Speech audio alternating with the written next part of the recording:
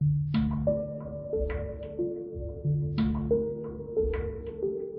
1984, there lived an old widowed lady by herself in a 2-story house who was completely immobile and bound to her wheelchair.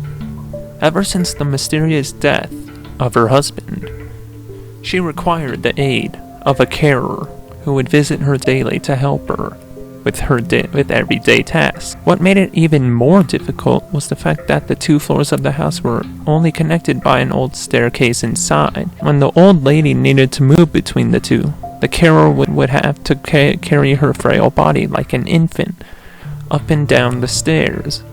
One day, the police received a call from the window. There had been a murder!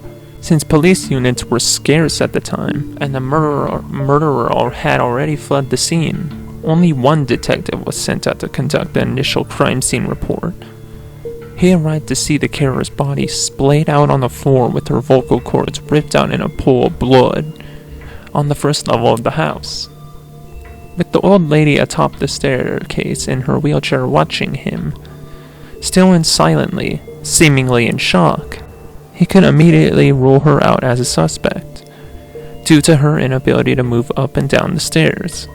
And because she was trapped up there, the time the murder took place, it was similar to the death of her husband, many years ago, who had suffocated in his sleep on the couch downstairs. The detective put on his gloves, took photos, swabbed for evidence, and covered the body until the coroner arrived later. All routine business.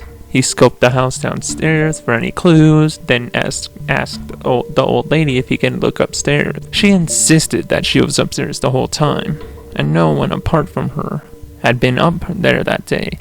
But regardless of this, the detective ascended the staircase, to which she hesitantly moved aside. Beyond the staircase there was a narrow corridor, with 3 doors closed along it.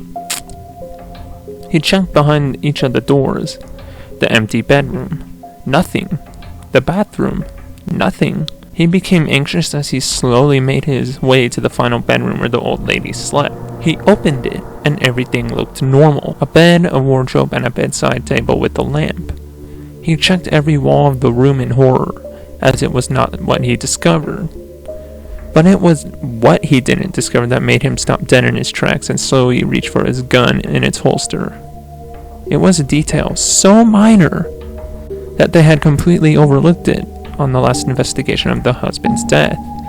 There was no phone upstairs.